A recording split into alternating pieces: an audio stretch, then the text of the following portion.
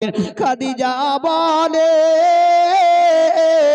ও ফাতেমা একবার বলো তোমার আব্বা কত দূরে আসতেছে। ও গো ফাতেমা, আমার মনটা বড় চটপট করে যায়, আমার ঘরে আর মন স্থির ভাবে থাকতে চায় না। ফাতেমা চোখের পানি একবার বন্ধ করো। হযরতে ফাতেমা জোহরা রাদিয়াল্লাহু তাআলা আনহা বললেন, ওগো আম্মা জান, রাস্তা ধরে যখন চলতেছিলাম তবে এমন একটি লোক দেখে আমি ওয়াপাস চলে এসেছি গো মা। বলে ফাতেমা গো, তুমি দ্বিতীয়বারে একবার চলে যাও, তোমার আব্বার খবরটা নিয়ে আসো। হযরতে ফাতেমা জোহরা রাদিয়াল্লাহু তাআলা আনহা দ্বিতীয়বারে যেমনই চলে গেলেন, দেখছেন তো ওই লোকটা রাস্তার মধ্যে পড়ে বাবা ছটফট করতেছিলেন। হযরতে ফাতেমা জোহরা রাদিয়াল্লাহু তাআলা আনহা ওই পাগলের মতো লোকটাকে দেখার পরে চুপ করে দাঁড়িয়ে গেলেন। কখনো ওই পাগলের দিকে দেখেন, কখনো বাড়ির দিকে মুখটা ফিরে তাকান, আগে যাব না বাড়ি ফিরে ওয়াপাস চলে যাব।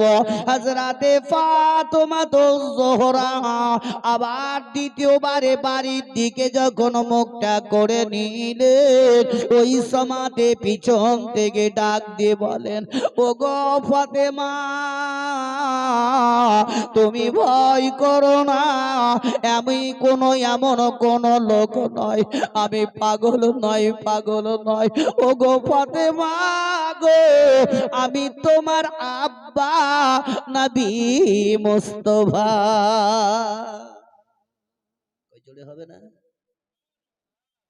যদি বুঝতেন তো জোরে বলতেন সুবহানাল্লাহ। ওই জন্য আগে বলেছিলাম না কি কোন জায়গায় কোন মুহূর্তে কোন সমাতে সুবহানাল্লাহ বলতে হয়, এটাই শিখতে পারলাম না। জোরে বলুন।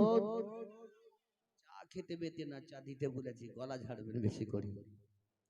বিশ্বের নবীর বেটি হযরতে ফাতেমা জোহরা রাদিয়াল্লাহু তাআলা আনহা তিনি দৌড়ে দৌড়ে গেলেন। নবীকে কখনো কখনো আব্বা বলে ডাকতেন ফাতেমা, নচেত বলতেন ইয়া রাসূলুল্লাহ সাল্লাল্লাহু তাআলা আলাইহি ওয়াসাল্লাম। ওই সমাদে হযরতে ফাতেমা জোহরা রাদিয়াল্লাহু তাআলা আনহা বিশ্বের নবীর সম্মুখে দাঁড়িয়ে গেলেন। ফাতেমা জোহরা রাদিয়াল্লাহু তাআলা আনহা বললেন, ইয়া রাসূলুল্লাহ, ইয়া হাবিবাল্লাহ, নবী গো, আপনার এই অবস্থাটা কেন বলুন? আপনার শরীরের মধ্যে রক্তে জামাটা লাল হয়ে গেছে, কে আপনার প্রতি এমন করে অত্যাচার করেছে? ইয়া রাসূলুল্লাহ, একবার আপনি বলুন না কেন? দয়ার নবী আমার বললেন, ওগো ফাতেমা, তুমি একবার চোখের পানি বন্ধ করো। ফাতেমা, আমি সব কিছু বরদাস্ত করতে পারি গো মা, তবে তোমার চোখের পানি বরদাস্ত করতে পারি নয়। তবে একবার তুমি কান্নাটা বন্ধ করো। বিশ্বের নবীকে ফাতেমা জোহরা বললেন, ইয়া রাসূলুল্লাহ, তবে আপনার শরীর দিয়ে যে রক্ত পড়তেছে, আপনার প্রতি কে এমন করে অত্যাচার করেছে বলুন? নবী আমার চোখ দুটো বন্ধ করলেন, নবী দুই চোখের কোনা দিয়ে পানি পড়ে গেল। নবী আমার বললেন, ফাতেমা, ও ফাতেমা শোনো গো, তারাই আমাকে চিনতে না পারার কারণে আমার প্রতি তারা অত্যাচার করেছে। তবে ফাতেমা একটাই কথা জেনে নাও, এমন একটি জামানায় আসবে, এমন একটি সময় আসবে, তখন তোমার আব্বার নাম কানা, গাছপালা, তরুলতা, নদ নদী, কীট পতঙ্গ, সমস্ত পৃথিবীর মানুষ পড়বে জোরে জোরে একবার জিকির করুন লা ইলাহা, জোরে পড়ুন লা ইলাহা, লা ইলাহা ইল্লাল্লাহ মুহাম্মাদুর মুহাম্মাদুর রাসূলুল্লাহ সাল্লাল্লাহু তাআলা আলাইহি ওয়াসাল্লাম বিশ্বের নবীকে হযরতে ফাতেমাতুজ জোহরা রাদিয়াল্লাহু তাআলা আনহা টুক টুক টুক টুক করে বাড়ির দিকে নিয়ে চলে গেলেন। দয়ার নবী আমার খাদিজার দরজাতে একটি আওয়াজ দিয়ে দিলেন। এক আওয়াজে খাদিজা দরজাখানা খুলে দিলেন। যেমনি খুলে দিলেন বিশ্বের নবীর দিকে তাকিয়ে দেখতে লাগলেন। দয়ার নবী মুস্তাফা খাদিজার দিকে তাকিয়ে দেখেন হযরতে খাদিজা রাদিয়াল্লাহু তাআলা আনহার দুই চোখ দিয়ে পানি পড়তেছিল। বিশ্বের নবীর শরীরের জামা রক্তে লাল দেখে হযরতে খাদিজা বলেন, ইয়া রাসূলুল্লাহ, ইয়া হাবিবাল্লাহ, নবী গো, ওগো আমার স্বামী, মাতার মনি নয়নের তারা, আপনার এই অবস্থাটা কেন একবার আপনি বলুন না কেন? নবী আমার বললেন, খাদিজা তুমি আমার অবস্থা ছেড়ে দাও, তবে তোমার দরজাতে একটা আওয়াজ দেওয়া মাত্রই তুমি দরজাখানা খুলে দাও। তবে তুমি কি দরজার মধ্যে দাঁড়িয়ে থাকো। বিশ্বের নবীর দিকে খাদিজা তাকিয়ে বলেন, ইয়া রাসূলুল্লাহ, ইয়া হাবিবাল্লাহ, নবী গো, আমি দরজাতে 24 ঘন্টা আপনার জন্য দাঁড়িয়ে দাঁড়িয়ে ইন্তজার করি। বলে, ইয়া রাসূলুল্লাহ, আপনি কোন মুহূর্তে কোন সময়তে আপনি আমার দরজাতে আওয়াজ দিবেন। যদি একটার পরে দ্বিতীয় আওয়াজ পড়ে যায়, তবে ওই দ্বিতীয় আওয়াজের জবাবটা আল্লাহর দরবারে কি বলে দিব, তার জন্য আমি দাঁড়িয়ে থাকি। সুবহানাল্লাহ।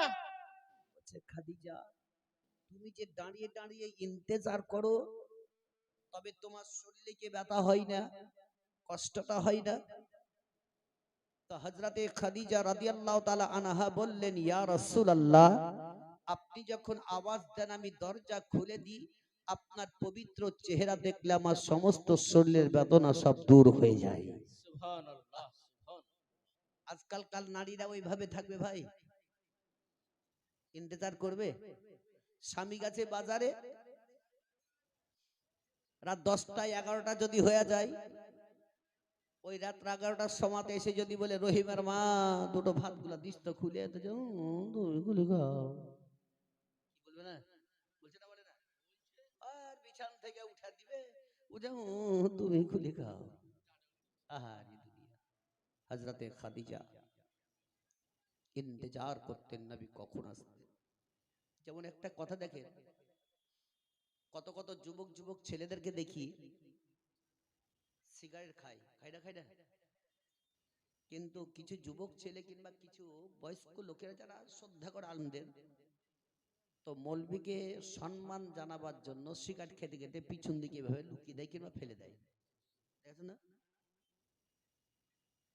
আবার কিছু মেয়ে ছেলেকে দেখা যায় রাস্তাঘাটে চলতে চলতে মৌলবীকে দেখা মাত্র তাড়াতাড়ি মাথায় কাপড়, তাই না? মৌলবীরা হচ্ছে ওদের ভাসুর, আর বাদ বাকি সব দেওর, তাই না? দেওরকে মাথা দেখালে ক্ষতি কি আছে, আর ভাসুরকে দেখালে একটু ক্ষতি আছে। ও মাথায় কাপড় দিয়ে দিল, যেমনি মৌলবী চলে গেল, ফের মাথায় কাপড় পড়ে গেল। ভাই, আমি বলবো, মৌলবীকে ভয় করে তোমার মাথার কাপড় দিয়ে তোমার কোনো লাভ হবে না, আর মৌলবীকে ভয় করে তোমার মুখ থেকে সিগারেট নিয়ে বাহির দিকে ফেলে দেওয়া তোমার কাম হবে না, তোমার কোনো কাজ হবে না। আমি বলবো এটাই, তুমি আমাকে ভয় না করে আল্লাহকে ভয় করে যদি সিগারেট তুমি ফেলে দাও, তবে তুমি লাভবান হবে। আল্লাহকে ভয় করে যদি তুমি মাথায় কাপড় দাও, তবেই তুমি সবথেকে বড় লাভবান হবে। আলেমকে ভয় করে তোমার কাজ হবে না। কি ঠিক না বেটি বলো? আল্লাহ তোমার দেখছে, তুমি মাথা উদাম আছো না তুমি মাথা খোলা রেখেছো না হাওয়া লেগে আছো। হযরতে খাদিজা রাদিয়াল্লাহু তাআলা আনহা বললেন, ইয়া রাসূলুল্লাহ, আপনার পবিত্র চেহারা দেখতে গেলে আমার শরীরের সমস্ত বেদনা দূর হয়ে যায়। তাই বলে, নবী তোমার নাম শুনিয়া পাগল মোরা হইলাম গো, নবী একেবারে তুমি আইসো গো, নবী একেবারে তুমি আইসো গো, নবী তোমার নাম শুনিয়া পাগল মোরা হইলাম গো, নবী একেবারে তুমি আইসো গো, নবী একেবারে তুমি আইসো গো, সপনেতে দিও গো দেখা, দেখিব নয়ন ভোরে গো, নবী একেবারে তুমি আইসো গো, নবী একেবারে তুমি আইসো গো, জীবন তারে সই পাগ দিতাম নবী তোমার চরণে, আমি চুমু খেতাম কদমে, নবী চুমু খেতাম কদমে, নবী তোমার ওই নাম শুনিয়া পাগল মোরা হইলাম গো, নবী একেবারে তুমি আইসো গো, নবী একেবারে তুমি আইসো গো, তোমার প্রেমে পাগল হইয়া ঘরে বাড়ি সব ছাড়লাম গো, নবী তোমায় পাইবার আশাই গো, নবী তোমায় পাইবার আশাই গো, তোমার প্রেমে পাগল হইয়া ঘরে বাড়ি সব ছাড়লাম গো, নবী তোমায় পাইবার আশাই গো, নবী তোমায় পাইবার আশাই গো, নবী তোমার ওই নাম শুনিয়া পাগল মোরা হইলাম গো, নবী একেবারে তুমি আইসো গো, নবী একেবারে তুমি আইসো গো, আল্লাহুম্মা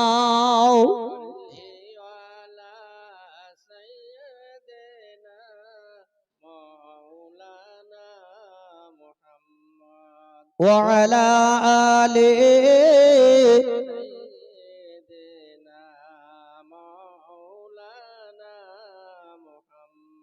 সাল্লাল্লাহু তাআলা আলাইহি ওয়াসাল্লাম। ও বাবা জীবনের আমার ভাইরা মা বোনের আমার, একদিন বিশ্বের নবী কুল কায়নাতের নবী জনাবে মুহাম্মদ রাসূলুল্লাহ সাল্লাল্লাহু তাআলা আলাইহি ওয়াসাল্লাম টুকটুক টুকটুক করে হযরতে খাদিজা রাদিয়াল্লাহু তাআলা আনহার বাড়িতে চলে গেলেন।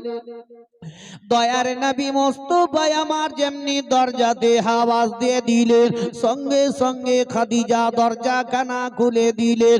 দেখছেন তো বিশ্বের নবীর মুখ খানা শুকো মুখো হয়ে আছে। হযরতে খাদিজার দিকে তাকিয়ে নবী আমার বললেন, ওগো খাদিজা, তোমার বাড়িতে কিছু খাবার খাদ্য আছে? দয়ার নবী মোস্তফা আমার একদিন নয়, 2 দিন নয়, 3 দিন ধরে অনাহারে ছিলে। সুবহানাল্লাহ, সুবহানাল্লাহ। 3 দিন ধরে অনাহারে আছেন। সেই সময়তে হযরতে খাদিজাকে বলছেন, ওগো খাদিজা, ঘরে কিছু খাবার খাদ্য আছে? তো হযরতে খাদিজা কাঁদতে আরম্ভ করলেন। জোরে বলো সুবহানাল্লাহ। সুবহানাল্লাহ। যে খাদিজার কমি ছিল না, সেই খাদিজা বলছেন নবীর দিকে তাকিয়ে, বলে, ইয়া রাসূলুল্লাহ, ইয়া হাবিবাল্লাহ, নবী গো, আমার বাড়িতে এমন কোনো কিছুই খাবার খাদ্য নাই, তবে আমি ছাগল থেকে দুধ দহে 1 গ্লাস আপনার জন্য রেখেছি। আমার পার্শ্ববর্তী একজন ব্যক্তি আমাকে 4টা খেজুর দিয়েছিল, সেই থেকে 2টো খেজুর আমি নিজে খেয়েছি। আর আপনার জন্যই আমি দুইটা খেজুর রেখে দিয়েছি বিশ্বের নবীর সম্মুখে। যখন বাবা খেজুর গুলা পেশ করে দিলেন, ওই সমাতে নবী আমার একটা খেজুর হাতে নেওয়ার পর খাদিজার দিকে লক্ষ্য করে বললেন, খাদিজা, একটা খেজুর তুমি আমার সম্মুখে খেয়ে নাও। খাদিজা বলেন, ইয়া রাসূলুল্লাহ, ইয়া হাবিবাল্লাহ, নবী গো, আমি দুইটা খেজুর খেয়েছি, আপনি খেজুর দুটো খেয়ে নিন। নবী বললেন, না না, তুমি আমার সম্মুখে খেজুর খেয়ে নাও। দয়ার নবীর সম্মুখে হাত খানা যেমনি পাতিয়ে দিলেন, দয়ার নবীর নজরটা খাদিজার শরীরের কাপড়ের দিকে পড়ে গেল। যে কাপড়টা যেমনি দেখলেন, খাদিজার শরীরে যে কাপড়টা পরিধান করেছিলেন, ওই কাপড়ের মধ্যে এত ডাবটি দেওয়া ছিল, দ্বিতীয় ডাবটি দেওয়ার মতো কোন জায়গা ফাঁকা ছিল না।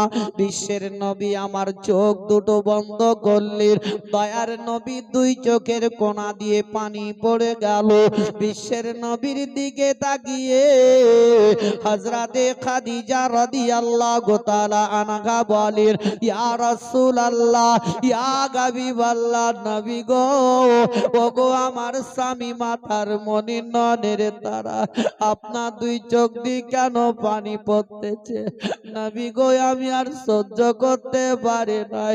নবী আমার বললেন, ওগো খাদিজা, তুমি যে কাপড়টা পরিধান করে আছো, ওই কাপড়ের মধ্যে এত ডাবটে দেওয়া, তবে একবার যদি তুমি আমাকে বলতে, আমি নবী মুস্তাফা তোমার জন্য কাপড় হাজির করে দিতাম। হযরতে খাদিজা রাদিয়াল্লাহু তাআলা আনহা বলেন, ইয়া রাসূলুল্লাহ,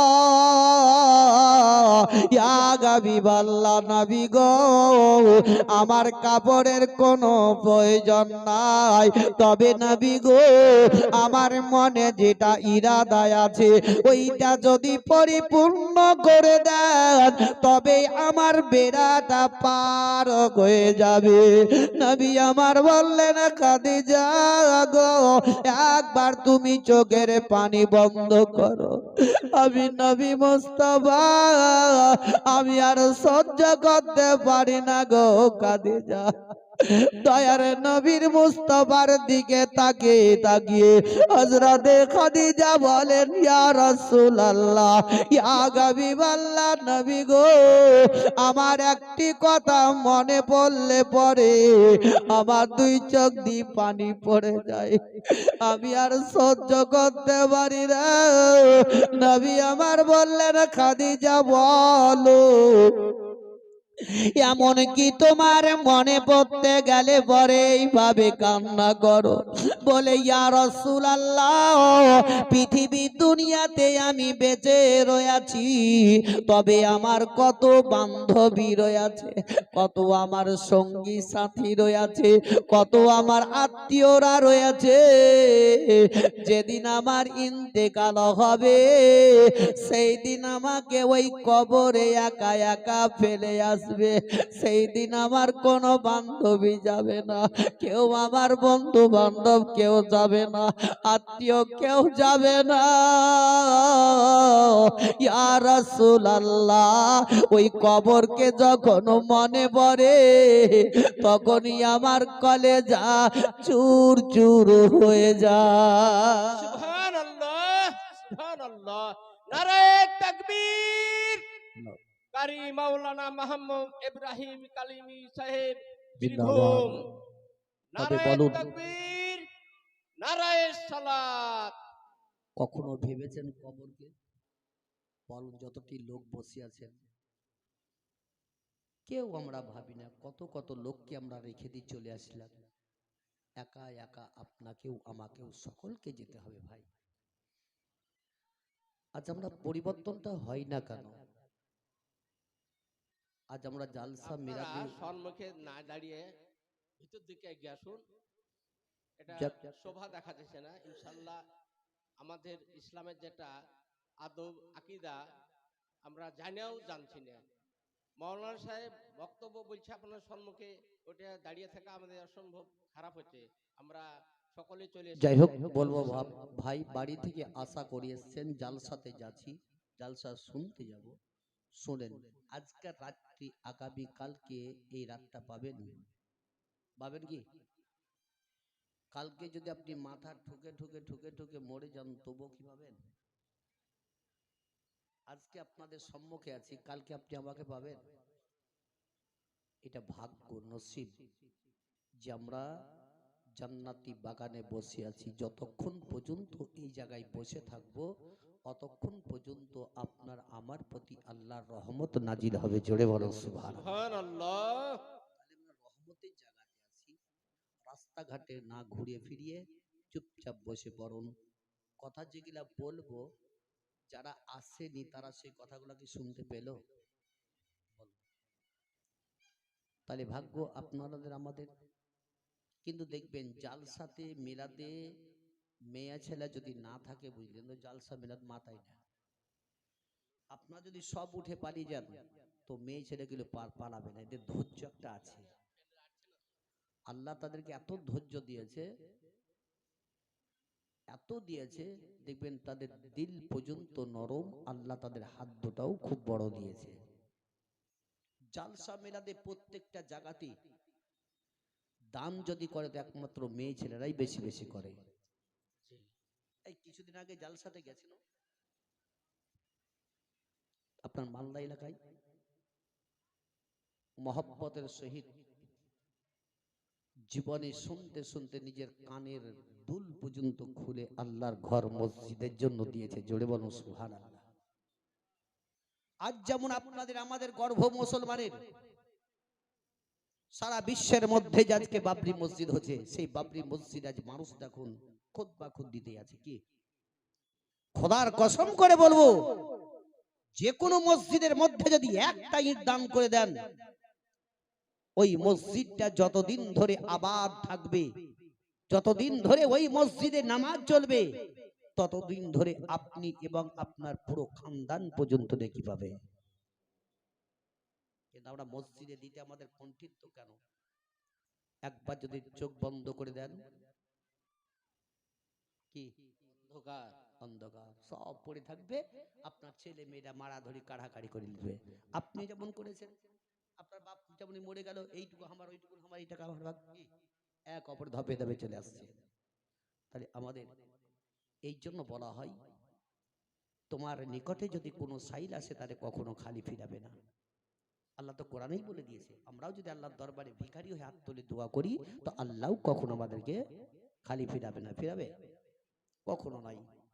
তো বাবা বাপজি ভাইরা আমার, যে বিশ্বের নবীর কি বলছেন, ইয়া রাসূলুল্লাহ, আমার ওই কবরকে যখন ইয়াদ হয়ে যায় তখনই আমার কলেজাখানা চুর চুর হয়ে যায়। জোরে বলো সুবহানাল্লাহ। সুবহানাল্লাহ।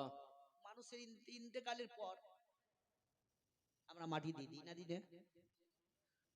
হাদিস বলতে যাচ্ছে, বলো সর্বপ্রথম মানুষের কোন জায়গাটা পচে? শরীরের মধ্যে মাটি দিয়ে আমরা দিয়ে চলে আসি, 4 থেকে 5 দিনের মধ্যে কোন জায়গাটা মানুষের আগে পচে জানা আছে? আমরা জানা নাই। যখন মরবো তখন বুঝতে পারবো। কিন্তু বলতে আর এসে বলতে পারবো না কি আমার এই জায়গাটা পচেছিল। কিন্তু হাদিস এটাই বলতে চাইছে কি 4 থেকে 5 দিন যখন কবরে রেখে দেওয়া হয়, তখন সর্বপ্রথম মানুষের নাকের ডগাটাকে পচে যায়। কোন জায়গাটা? নাকের এই জায়গাটা। কেন?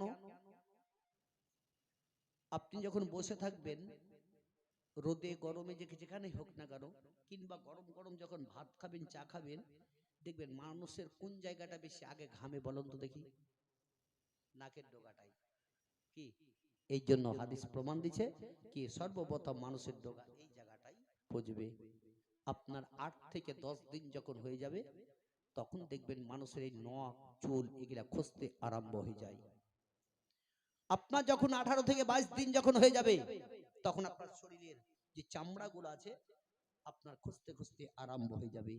1-2 মাসের মধ্যে দেখবেন আপনার শরীরের মাংস সব শেষ পড়ে থাকবে। কি কি থাকবে? হাড্ডি। 2 বছর পর কিংবা 1 বছর পর ওই জায়গাটা যদি খুদে দেখেন তো দেখবেন সেই জায়গাতে যে হাড্ডিটা ছিল সে হাড্ডিটা মাটিতে পরিণত হয়ে যাবে। কবে যারা খুদে দেখবেন, খুদেছেন কখনো? খুদতে খুদতে হাড্ডি বের হয়ে যায়, দেখবেন যেমন যেমন হাড়টাকে লাটা ভুস করে ভেঙে যায়, কি হয় না? তাহলে হাড্ডিটা মাটিতে পরিণত হয়ে গেল। অহংকারী দেখানো মুসলমান, চেহারার রূপ চেহারার অহংকারী দেখায় না। শরীরে দামি দামি সাবান সেন্ট লাগিয়ে, চেহারাতে ক্রিম লাগিয়ে কত অহংকারী দেখানো। যেদিন তুমি যাবে মাটির দেহ মাটিতেই যাবে, মাটি পরিণতই হয়ে যাবে। আমরা রক্তের গরম দেখাচ্ছি, যাবে যেদিন সেদিন বুঝবে। আজ আমরা খুব দেশে ঘুরে যা হবে দেখা যাবে, কিন্তু ভাই কোনো ফায়দা নয়। আমাদের কর্তব্য বলে দেওয়া, মানা কর্তব্য যে আপনার মানেন তো আপনার ভালো, না মানেন তবু আপনার ভালো। কাল সকালবেলা হয়তো এখন বলছেন আহারে, বাস্তবতাই। একবার চোখ বন্ধ করে ইয়াদ করুন, আপনার বাপ গেল, মা গেল, ভাই গেল, দাদা গেল, দাদি গেল, নানি গেল, সব চলে গেল, আমাকেও যেতে হবে। এই মতকে যখন বাস্তব যখন মনে পড়ে যায়, অন্তর কেঁদে উঠে যায়। কেন? আজ আপনাদের আমাদের সাথে কথা বলছি, যেদিন চলে যাব সব পড়ে থেকে যাবে। আমরা এইটুকু যদি আমরা স্মরণ করতে পারি, আল্লাহ তাবারক তাআলা আমাদের বেড়া পার করে দিবে। জোরে বলুন সুবহানাল্লাহ। ওই সমাদে হযরতে খাদিজা রাদিয়াল্লাহু তাআলা আনহা বললেন, ইয়া রাসূলুল্লাহ, ইয়া হাবিবাল্লাহ, নবী গো, যখন মানুষ ইন্তেকাল করে ওই সমাদে বাজার থেকে দামি দামি দামি দামি কাফন কিনে তার শরীরের মধ্যে পরিধান করে দেয়, আর আপন ইয়া রাসূলুল্লাহ কবরস্থানে গিয়ে তাকে দাফন করে দেয়। তবে নবী গো, আমার ইন্তেকালের পরে আপনি বাজার থেকে কাফন কিনে আমার শরীরের মধ্যে পরিধান করাবেন না, তবে আপনার পুরানা কাপড় যেগুলা পরিধান করা আছে ওই কাপড় দিয়ে যদি আপনি আমার কাফন করে দেন তবে আমার বেড়া পার হয়ে যাবে। সুবহানাল্লাহ। পেছকার লোকগুলা বলবেন না,